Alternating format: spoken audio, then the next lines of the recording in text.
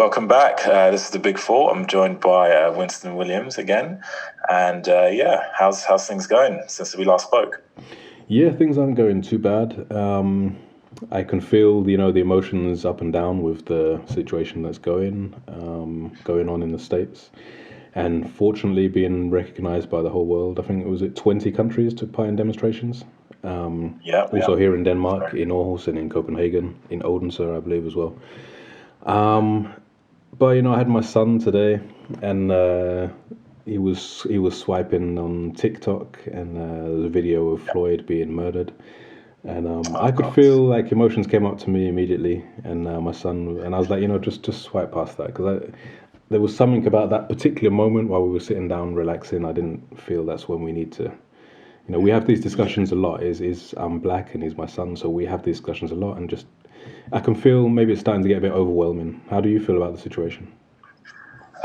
Again, and just like you, it's left me, just like we discussed before, it's left me in a bit of a difficult space, because on one hand, I've got my own personal experiences, and I feel like I'm looking from the outside in a lot of the time, and at the same time hearing all of these beautiful things being said, and then at the same time feeling sorry for all of my friends and family that have had to live in silence, and then they've only felt like now that this is the right time for them to speak up.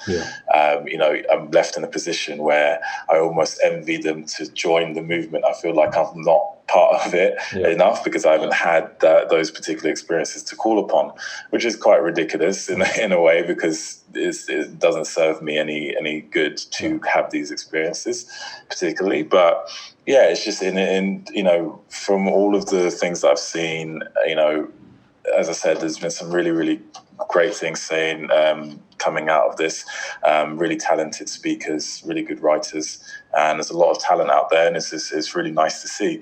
But as I was going through it, I was just asking myself, why are we in this state? How have we got to this point? And it's not just this particular movement, it's the movements beforehand, going all the way back to, as we said in the previous one, Rodney King, and then this recently, the Me Too movement with the feminism and all the rest of it. We're always going through this sort of boom and bust cycle, it seems, of social unrest. And things just started to go into my mind. I started to think about what could be the deeper problem here, why we're constantly going through all these ups and downs. And, as I looked at society, we looked at how we were educated, what we're brought up with, and the systems that we're in, my attention's turned to religion, and the way that we interpret certain things, and how it just seems like a lot of the messages that religion is showing out in the sort of Western world and in the sort of mainstream, it seems to be a lot of it seems to be missing. There seems to be a lot of hypocrisy, a lot of conflict and contradiction. And I think that's leaving a lot of people confused, and it sort of opens the door to a lot of problems that we may not even be conscious of, and how we sort of interpret some of these things, and it leads to a lot of cognitive distortions, which then lead to some of the problems that we're facing at the moment. When we're looking at, for example, all of the protests that we're going through, the main goal of it is to create a society that is loving, empathetic, respectful, and all of those types of things. But then the system that we're actually in doesn't promote those things, as far as I can see. When you're looking at a lot of religious practices, they promote their particular unit, and anyone that doesn't believe in that particular sort of thing is kind of the enemy or inferior, or haven't got the inside track to God. And that separation is then sort of transferred into the wider systems that we work with in terms of capitalism and all those types of things, where it's all survival of the fittest, this, that, and the other, and it just creates a lot of separation. And then when you get separation, because people, requirements are needed, all of these things happen, and you create a system that's run on fear, basically.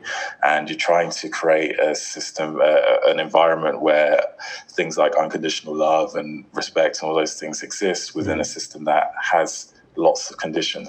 that requires lots of conditions. And it's very, very difficult for those things to really exist. So all of these protests, everything that we're saying, all of these beautiful minds expressing themselves in all these great ways, ultimately it can't really survive because the systems that we subscribe to don't allow the bigger messages that we're trying to promote to really exist.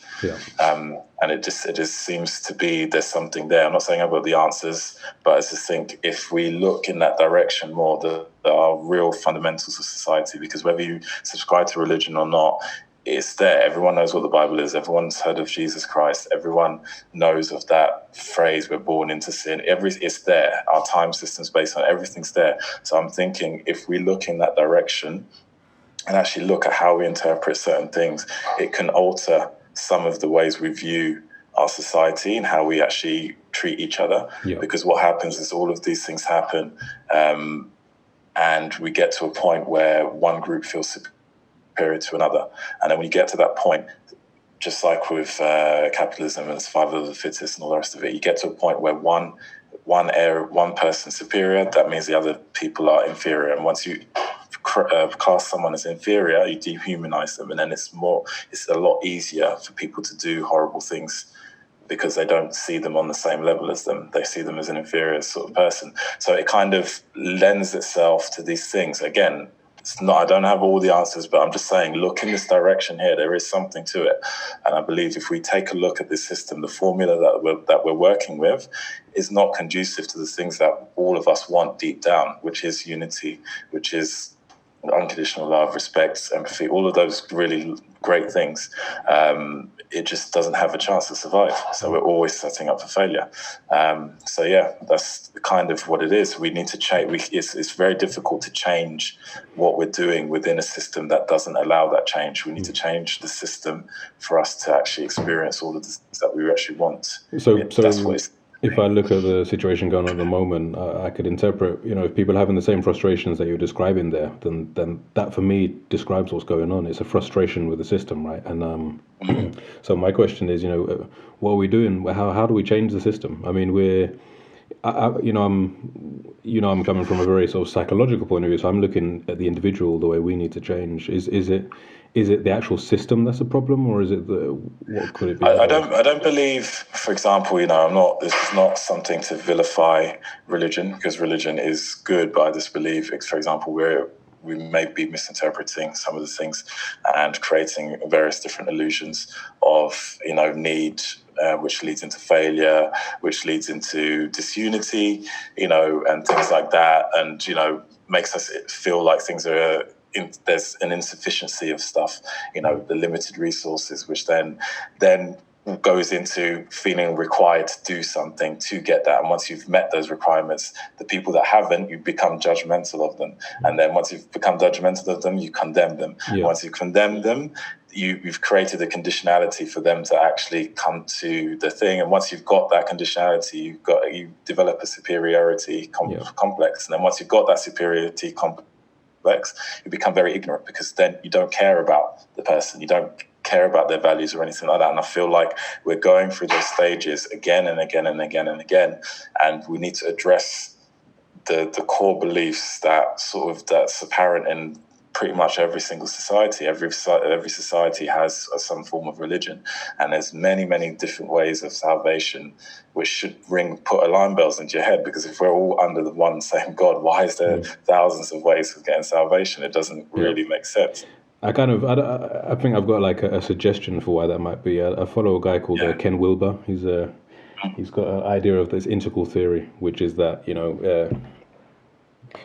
he divides like the personality, the identity into different areas, and one of those things, one of the things he talks about is religion, and our, not necessarily our need to believe, but he looks at cultures all around the world over many generations, and he sees that there's something in us that has us believing that there is a God, that has us believing there is a certain way of, so you can go to different cultures who've never met each other, and they have this same thing built up in their minds, and we can feel it in a lot of the stories you read, a lot of the Bible stories. We can feel that message. We can feel what is right and wrong. And my concern is that it's a very abstract message that is, for example, in the Bible. And And I believe it's proven that, some people have a better understanding of abstract ideas, and some people have a really bad understanding of abstract ideas. And so when we're talking about a bad system, a system that's not working, I come back to the individual again, and I'm worried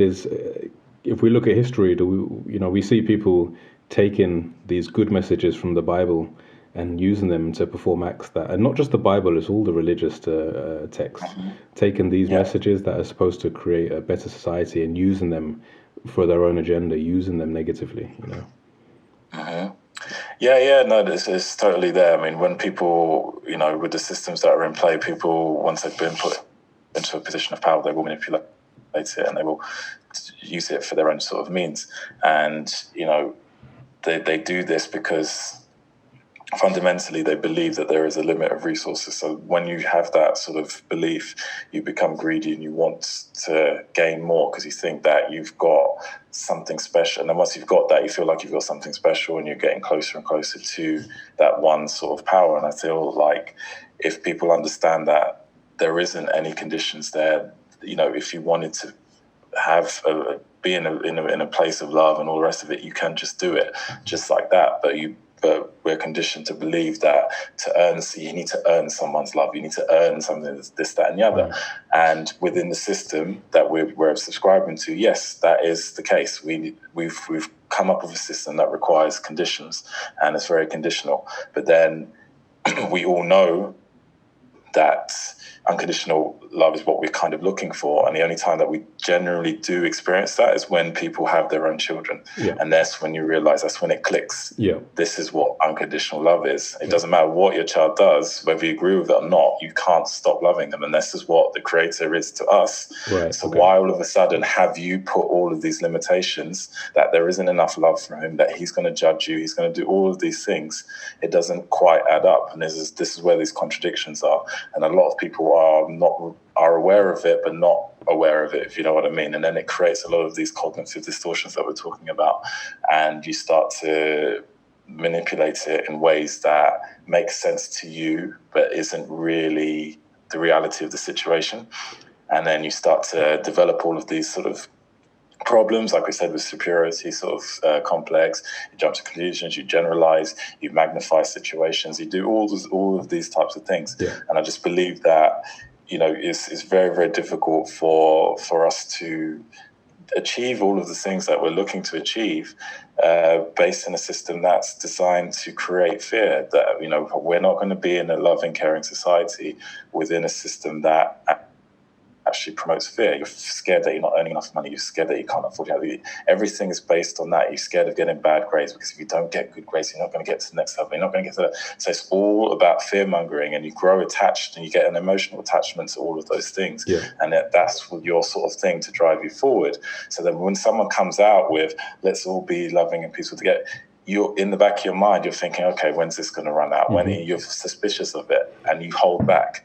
And if everyone gave it all the time, no one would want for anything, but you don't. People hold back and then they want for things, and then things start to get perverted and contorted and messed up. I get the feeling that the reason the reason that happens is because I think you mentioned earlier that we're being manipulated. I'm looking at these demonstrations going on at the moment, and every now and again I hear something where I'm just kind of like, that kind of like I've seen just really random pieces of violence by police, and then kind of that something that I wouldn't consider to be particularly violent thrown in to where someone's died, where someone's been really really badly abused, and I'm getting really worried that the argument is getting clouded by questionable events, by events that are very clearly wrong. And I'm wondering if, I think the situation is not as black and white as people are describing. I think there is like different levels. And if we start just piling everything together, we're going to cloud the message so much that we're not going to see any change. Exactly. Just like, you mentioned before where that guy got up in Denmark and started to chant, all white people are evil. And then the white people started to get involved. I just thought, I've been thinking about it over the last few days, and I just thought this is such a shame, because he had a chance, he had an opportunity there, he had the platform to actually empower people. Well, what he chose to do was disempower, and that's never going to help us progress if you're completely disempowering, because what you're doing is the same thing that's been done to us as a group. You're using oppressive tactics against the person that who's impressed you, and it's just like a revenge tit for tat thing, and you never progress with that. Something he should have said would be something like, I respect the fact that all of you guys are here. I understand that not all of you are racist, but I respect the fact that you're trying to understand where we're coming from, and together we can fight this and make a better future for us. Yeah. Something that would have been a lot nicer, something on those terms, but instead he chose to use hate to fight hate. Yeah. So what he's doing is he's trying to, through revenge, he's trying to elevate himself to that superiority thing and make the white people feel inferior. And what he's done is just reverse the roles. He hasn't changed anything. We've stayed at the same spot, but just flipped. Do you know what saddens me about that is that that's very sad. We have two guys in the last 100 years who have made a huge difference by trying to create unity. And so this brings me on to 2 points. The one is that you've got Nelson Mandela, you've got Martin Luther King, who are having this idea of unity, and you see. Yeah. How many, even white people, are supporting the message that Martin Luther King has, And if you look at South Africa, when Nelson Mandela, those 4 years he was in power, the country was unified. And so one of the things that's going on at the moment, and I don't know how I feel about this, I think it's a strong message, it's a powerful message, but I'm also concerned about if we play this game all the way to the end, how it looks. And that's the idea of we need to, of course, black people, we need to support each other. But I have this feeling if we start, sending a message of division, like we're only going to support black businesses, I'm in a position where I understand why we need to do it for a period. But I think in the long term, we need to get back to this unity. We need to stop creating this them against us. Because, going back to the Bible, the Bible's is the way I interpret the Bible anyway, it's not talking about them and us. It's talking about good and evil. And we need to stop condemning people for doing one thing and then just doing the same thing. We need to unite. Yeah, exactly. We're going, there's a couple of points around what you've just said. I mean, yes, again, what you said about the black community coming together. I believe it's, as I said before, the spotlight is on us, and I feel like we need to take this opportunity to try to fix a lot of the stuff in ourselves. There's that famous phrase is that, you've got to be at peace with yourself before you can be at peace with others. Yeah. And I believe as a community, we need to follow that example. There is a lot of messed up things happening within the black community, whether you like to recognize them or not. It's just there. We all know it. There's a lot of jealousy. There's a lot of caste system based things. There's a lot of things based on who's got good hair, all sorts of trivial things to some things that are a lot more sort of deeper set. And, we need to fix those things. And then once we've done that, we've empowered ourselves, we've got to a point, we need to use that to unify with everybody else. Because if you don't, as you said, we just become quite insular, and then it's a them against us sort of mentality, and it just creates another situation where there's a conflict and the disunity continues. But then again, just as I said, it's something that is bred within the formula that we've been raised in. Yeah. If you look at democracy, it's one party against the other a lot of the time, and it's a conflict. Even if one party wins, there's always 48%, 47% that disagreed, and there's still a conflict. It's all about whose side you're on, and there's no unity there. It's just bred within our system to create division. Yes, so that, what happens is you get into what thing you're a situation where it's very, very that difficult conflict for this unifying message to the really system exist, allows it to because happen. the system Because doesn't support a it. fractured society is a society that's easier to control. And once we've got that famous phrase, divide and conquer. Once this is what I'm noticing with the Black Lives Matter movement and a lot of the other things, is that we're so busy squabbling back and forth, and we're creating more and more divisions.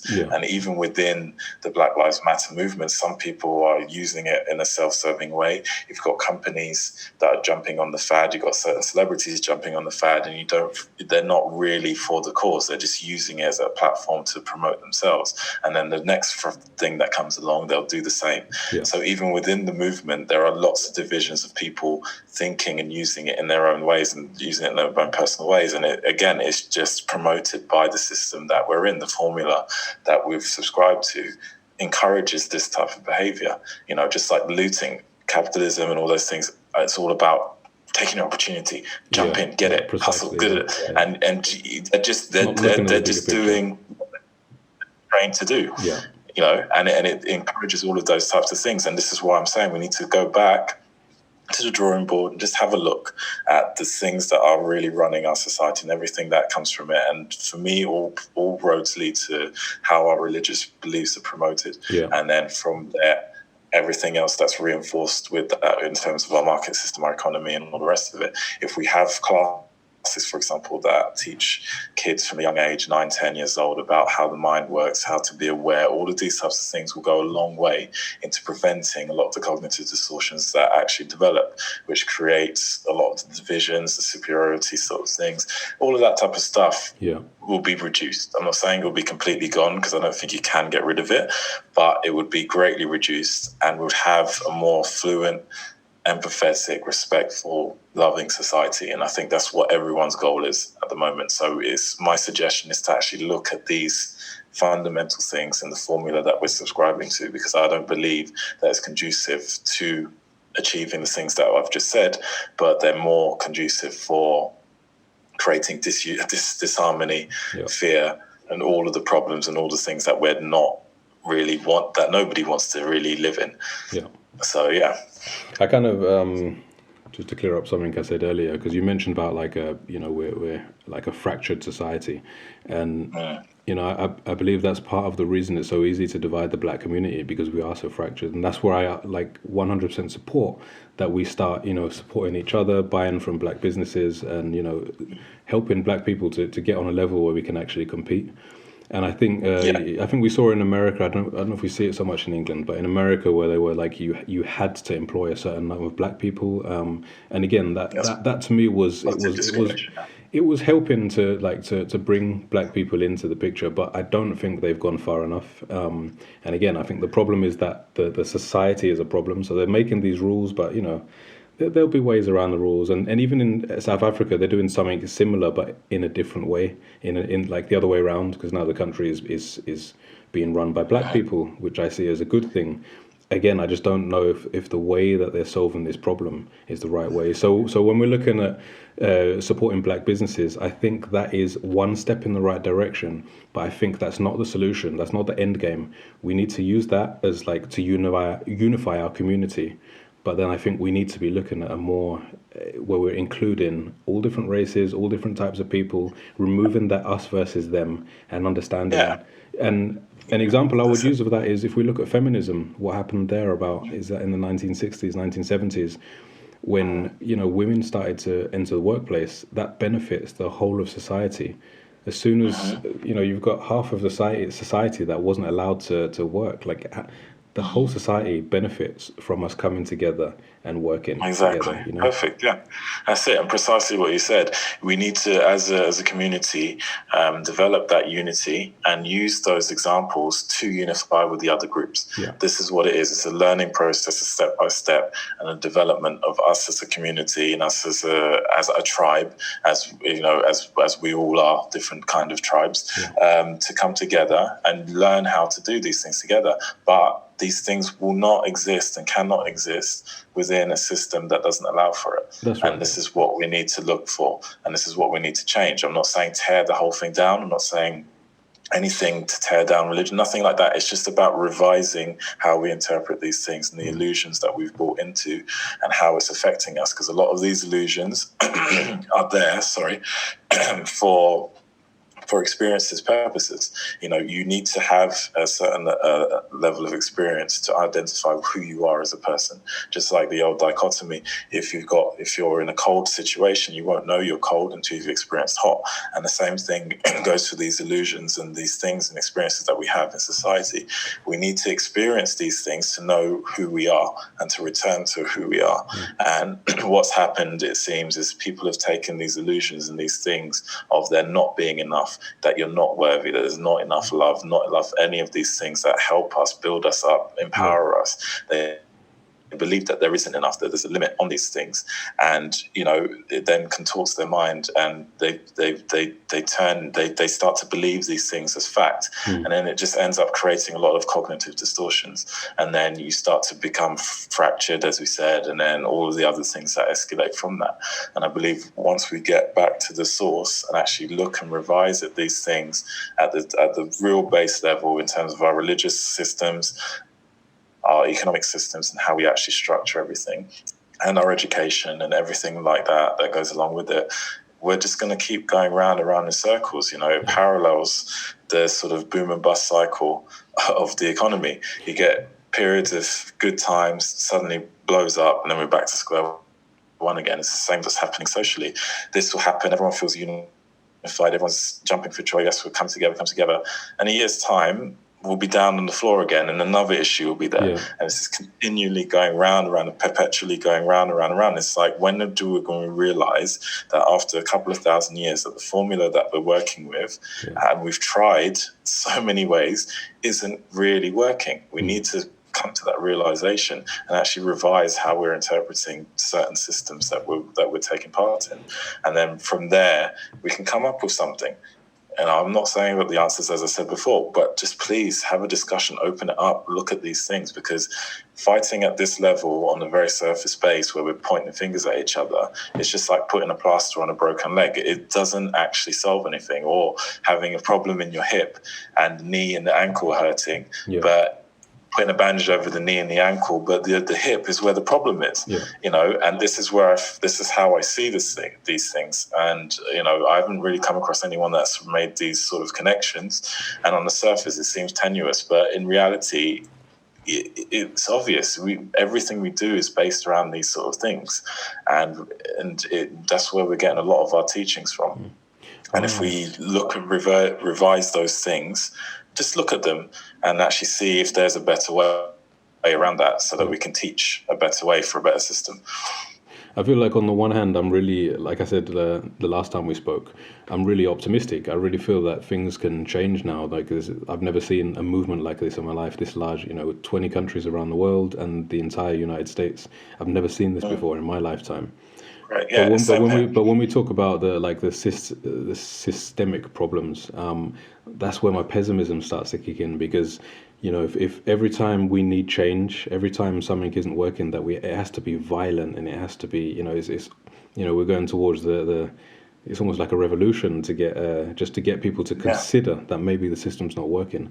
I can come with loads of ideas about how I think the black community should deal with this, but I think I sent you a link earlier. I'll put it in my Instagram. There was a guy who mentions that the problem is in this situation is the white man who's the problem. So we can't solve this. We need them to be with us. We need to unify and come together to solve this problem. And it's just a shame that every time it needs to be violence that gets their attention. And I don't know. I'm wondering, is there any way around that? Does it need to be violent every time we need to see change? Yeah, but this is it comes back to what I feel is a problem. I believe that the formula that we've subscribed to in the society that we've built supports that kind of revolution, supports that kind of that condition, the way you need to have these sort of violent episodes to make a change. It's just like behavioral theory. A person will continue doing something until something so extreme happens that it alters your path. Yes. And this is what we have to, and this is what the system is teaching us. But if you have someone going through cognitive behavioral theory and actually going through a coaching thing, we are coached to go away from that sort of thing, to stop you from getting to that extreme pain, for you to actually develop systems and understand how your mind works and manipulate it in a way that's actually beneficial and healthy. But as a society, we don't do that. We just wait until it blows up in our face, and then we run around panicking and doing all sorts of crazy things, when we can actually look at the stages beforehand and try to prevent it through better education, through better understanding of our religious practices, through better understanding of how our minds work and how things, are interpreted and how things can be distorted.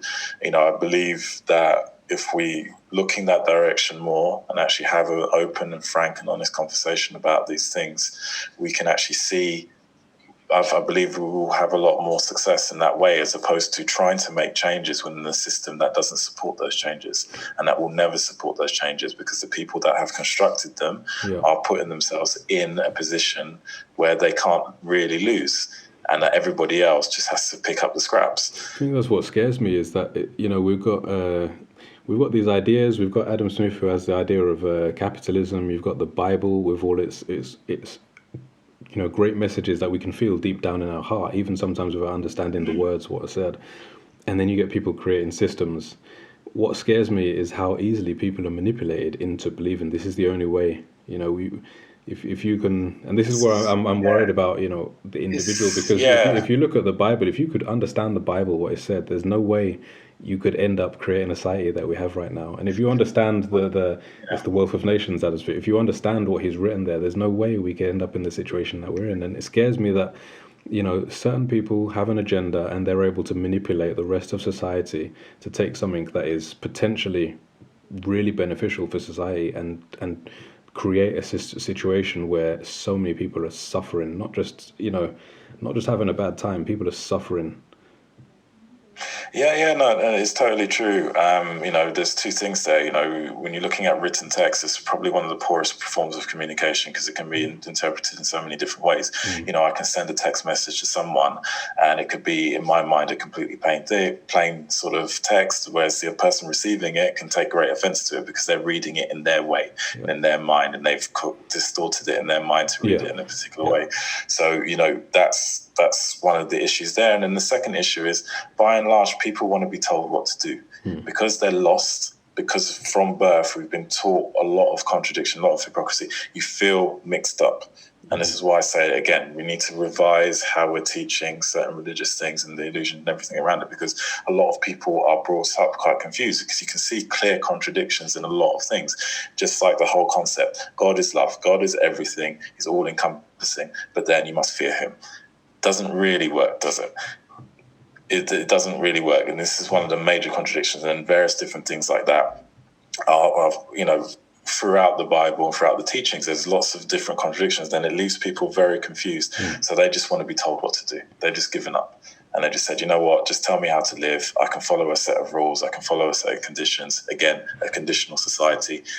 And a lot of these things don't have conditions. A lot of these concepts don't have conditions. Love is is unconditional. It's limitless. It's all-encompassing. It's there, but we're trying to put a condition on it. And then that's what creates the sort of unrest within our souls, and then creates a lot of problems, because in our minds we can't really compute it, because we're trying to control something that's bigger than all of us. It's the universe, but we're trying to put sort of holds on it, and it doesn't quite work.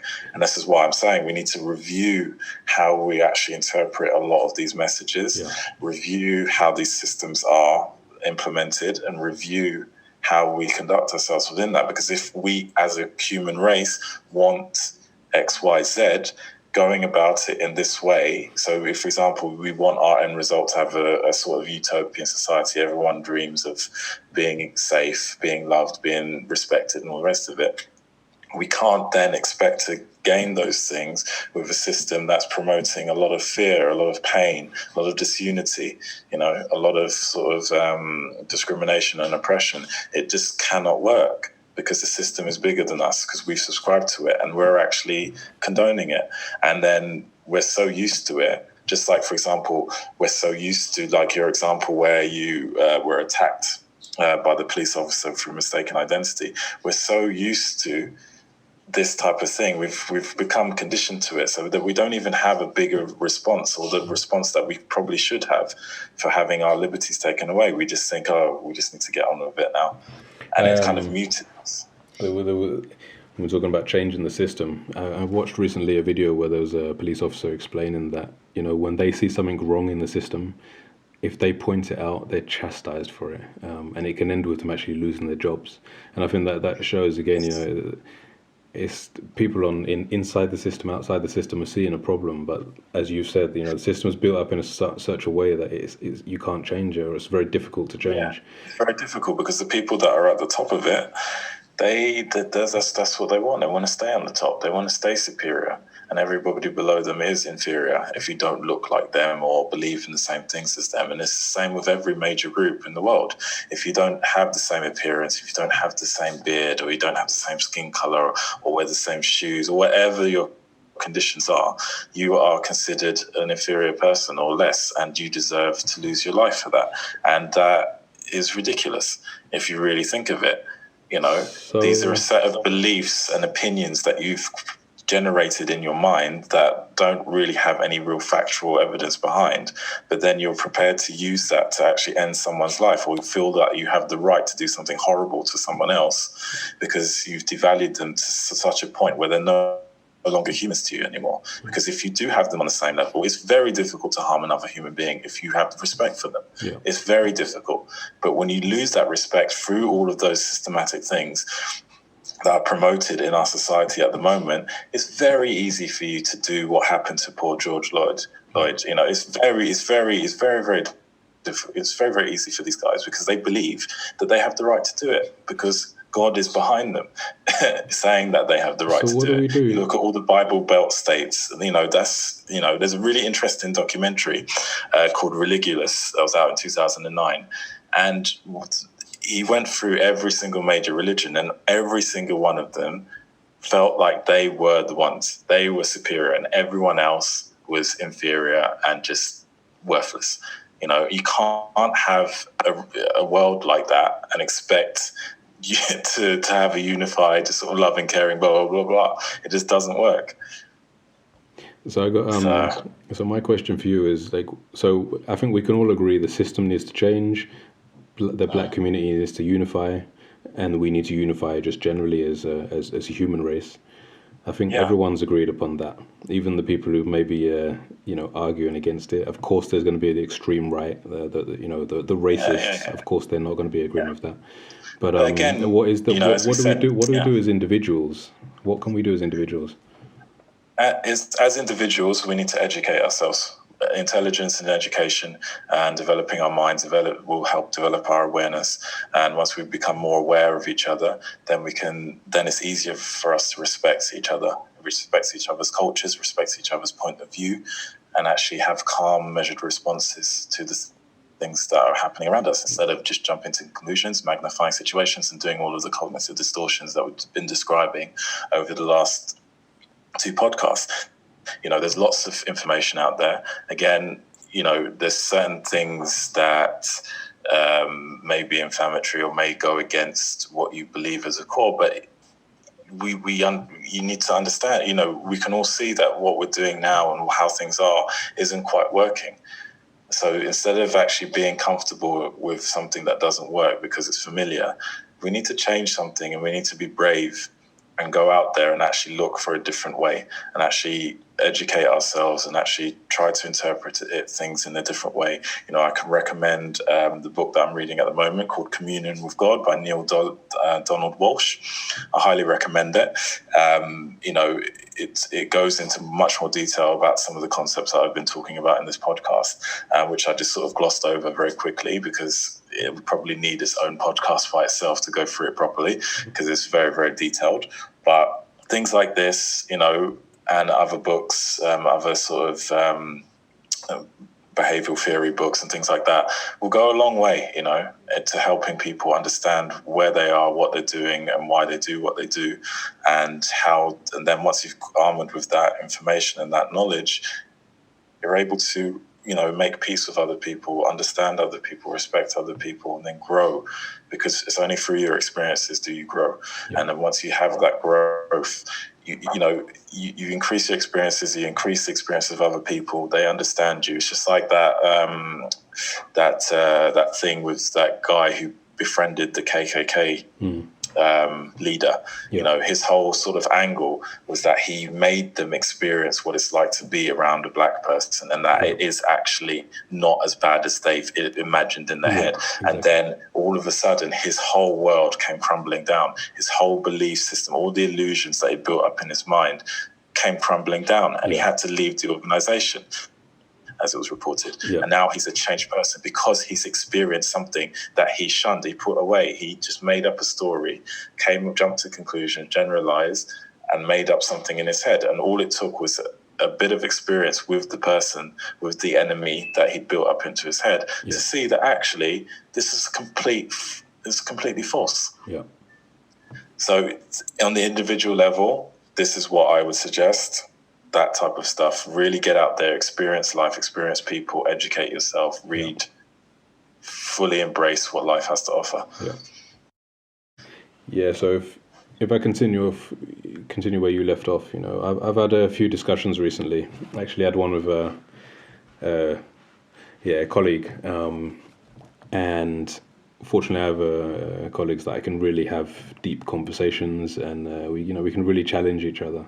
And I was so appreciative that we could have this conversation, because I'd said in the last podcast that I've spoken to people and been quite frustrated, both on the left, on the right, both on the black and white community. But I went into this conversation knowing that we don't necessarily see eye to eye, and we actually did this over Facebook, so you can probably see what we've spoken about there. And it was just that we were able to have this conversation. It left me so inspired that, you know, what we're talking about, individual development, learning more about the situation, learning more about ourselves. And, you know, me and him, we have our views, we have our opinions. But the fact that we could have a conversation where, you know, we come with evidence and we come with, we're discussing, respecting each other's opinions. You know, I really believe that is, I think that's continuing what you're saying, you know, about personal development. I really believe that that's the way we move forward. Is the only way we can unify is understanding each other, and to understand each other, we need to listen to each other. It's Carl Rogers who says, you know, you need to speak to the other person as if they know something that you don't know, and that's going to lead you to ask questions and start testing your ideas, testing their ideas. It's going to get you. I mean, we've had a conversation before where, you know, you had your argument and I'm trying to help you get your argument out, because there's certain things that I'm not necessarily understanding. I help you to get your argument out, you help me to get my argument out, and we end in a position of understanding where we find we're actually saying the same thing, we just say it in a different way. And I really believe as soon as you take like the extreme, you take the racists, that you know, that in their bones racist out of the picture, and you take everyone else and we have a conversation, then I really believe that's going to be the solution. Yeah, for sure. Because as soon as we have that sort of respect for each other, that perspective and that calm mind, we base our decisions on facts, which is what it sounded like you did. You took the time to listen to each other. You've created real facts, and you said your piece, you said your truth, and then from that you were able to have a constructive conversation around it.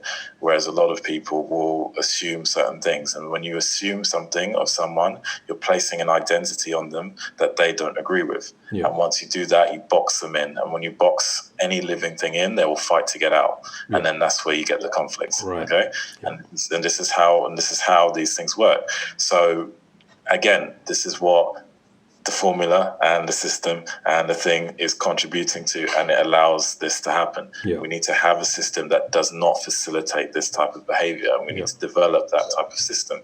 We need to develop a system that thinks before they speak, and not just jump in. Just like I've seen in many racist videos where police just jump in because he's black and rough him up, chuck him on the floor. I saw one that was actually quite comical, but not very, very funny at all in the whole grand scheme of things, where a police officer went up to a black guy and just said, we suspect you for something. And he was asking him why, and they ended up manhandling him. And then after about 5 minutes of back and forth, they see his badge, and he's an FBI agent. And then all of the officers crumbled away. And this situation didn't have to exist if they just approached him in a respectful manner and actually asked him, "Can I see your ID?" we think you look like someone. Can we check that, please? So I had a funny conversation. I've seen that video, and I showed it to a friend who's a police officer in Denmark. And you know, again, to put into context, in Denmark we don't have this. I'm sure in all police forces and in all institutions, there's going to be some people who have a racist agenda, but in Denmark we're nowhere near the same level as they are in the United States. So I spoke to my colleague and I showed him the video, and I said, I didn't show him the whole video actually. I showed him just parts of the video, and just because I wanted to get his reaction, his opinion, and then one of his opinions, which I don't know if I totally agree with, but at the same time I don't totally disagree with, is that the FBI agent could have actually just said who he was. But I think what's going on there is, and no disrespect to my friend, I think he's missing the point that there's a situation where we know that we are presumed to be guilty before anything's even happened. And I think that's what the FBI agent, in my interpretation of that event, was doing. He was trying to get the officers just to take a step back, because I don't think he wasn't being aggressive. He was just, he was out. It looked like he was out at a nightclub or a bar, and he's just questioning them, like, why are you questioning me? Why are you saying this? Why are you doing that? And then he turned the situation on them and he said, okay, your name is Jake, I think it was. So your name is Jake. And the police officer's like, no, my name's not Jake. He's like, no, you're Jake. You're Jake. You're Jake. And it was kind of, he was trying to make the point to them that you're judging me. You're saying something that's not true. You're not coming with any arrest warrant. You're not coming with any evidence. You're just saying something, and you're going to arrest me based on the fact I disagree with you. And that I think that situation was so powerful that when they finally got him in handcuffs and finally found out he wasn't who they said he was who he said he was. And that was such a powerful moment, I think. And that's the assumption thing. And going back to your friend who came up with, a legitimate solution by saying he could have just said it in the first place. The fact of the matter is he's never experienced being stopped. He's never experienced any of these things. But in his mind, it's clear to just present your information.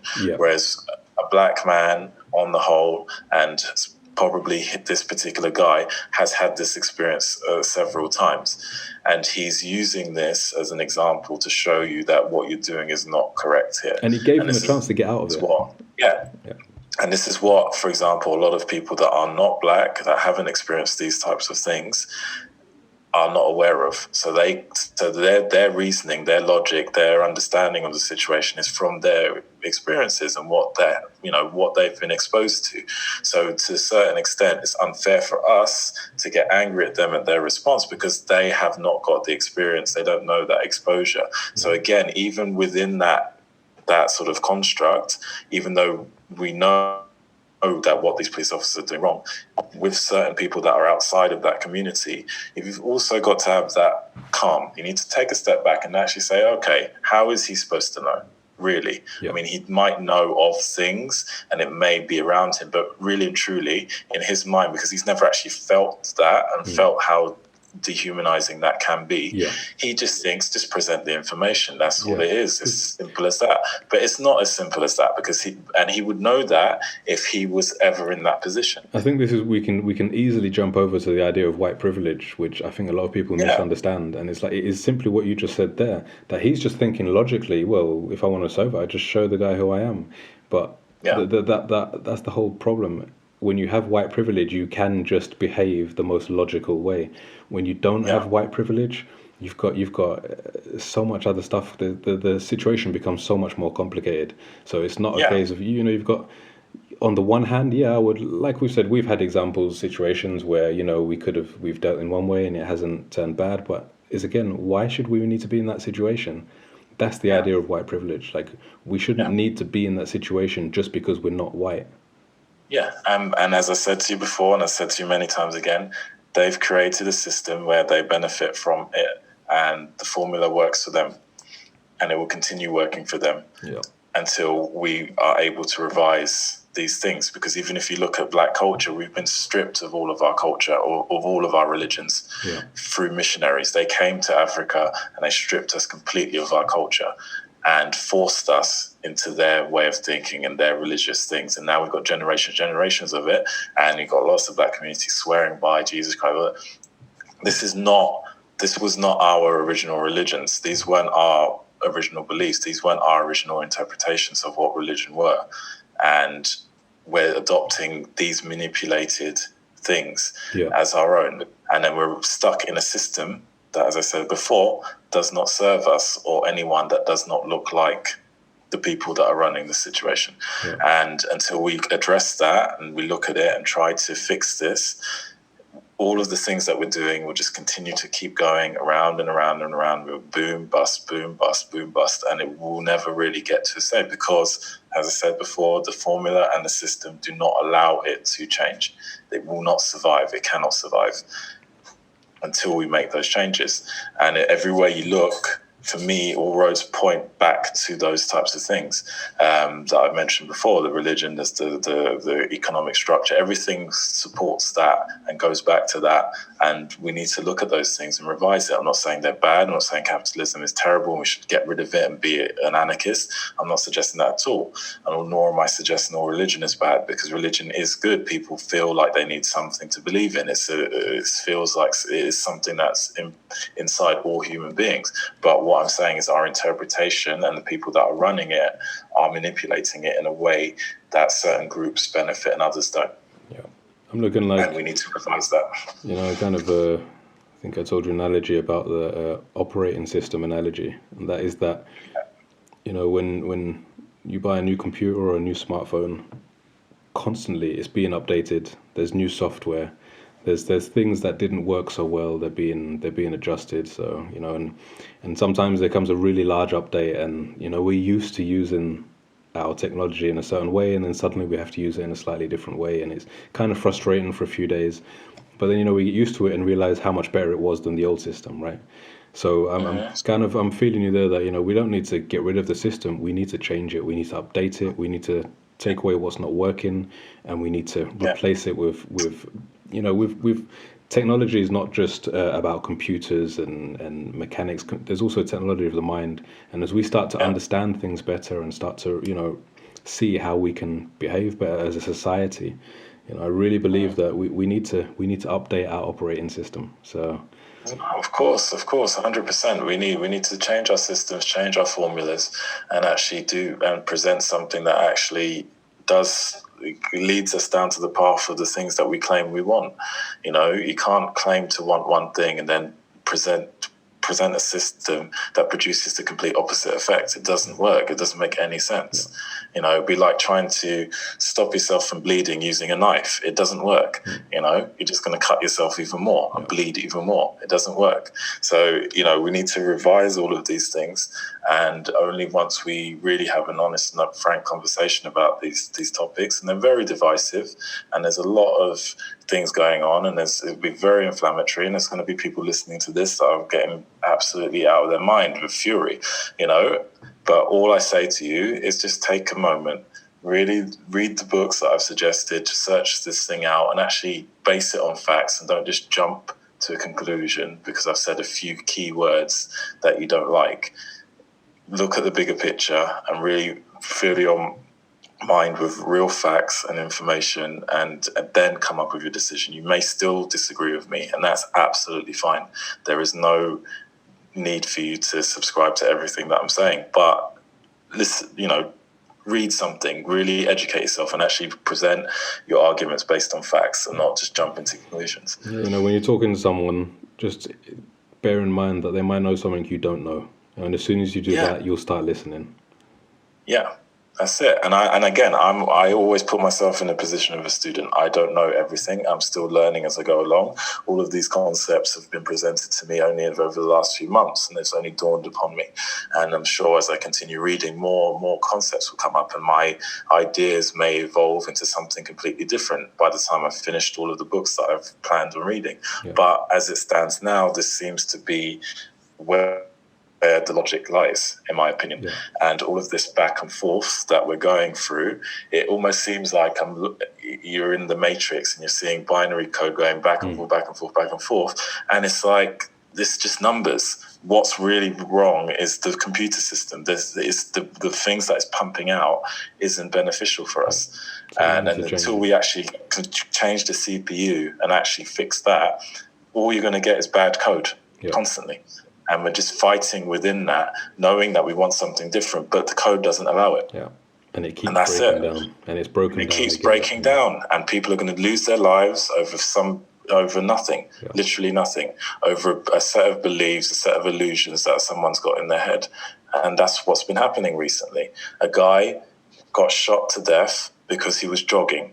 But in the guy that shot the person who shot him, in his mind, he created an illusion that he was running away from a burglary. Yeah. So he decided that his life does not mean anything anymore, and he deserves to die.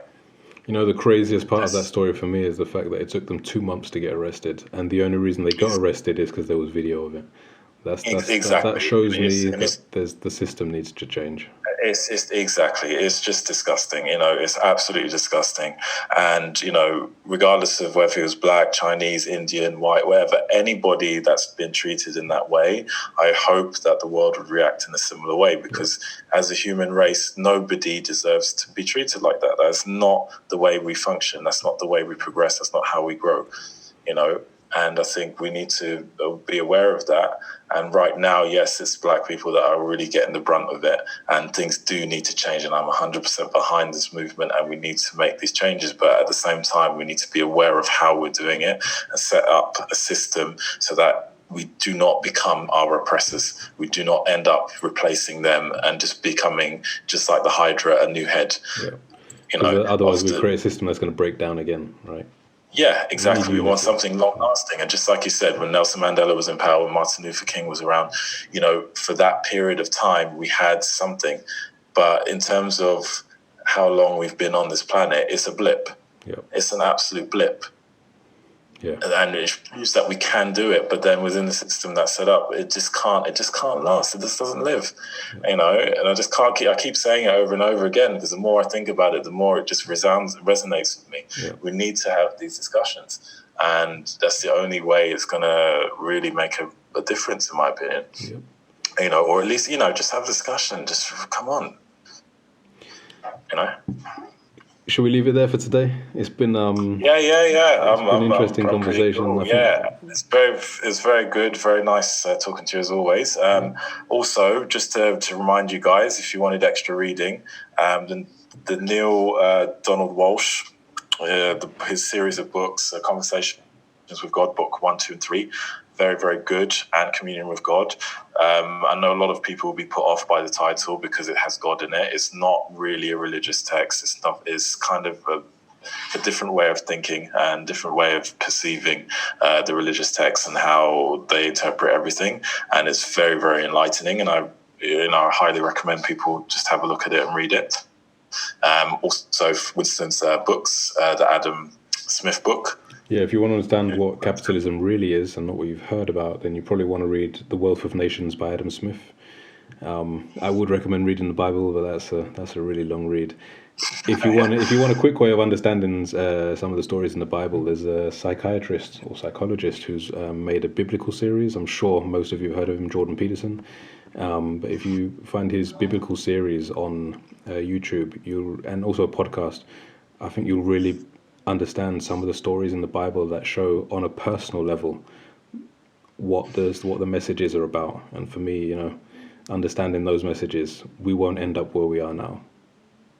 Exactly. And the learning doesn't stop there. If you've got a book that you can recommend for us, I'll be more than happy to read it and take on any of your opinions and anything that you've got to say regarding this issue, because I believe that we need to open up a dialogue and actually have an open and frank discussion about these things based on facts and based on what's actually going on. And only through that are we going to really make the type of progress that we're looking for. So thank you, Winston, for joining me. Thanks, Gavin. And look forward to speaking to you about important issues soon.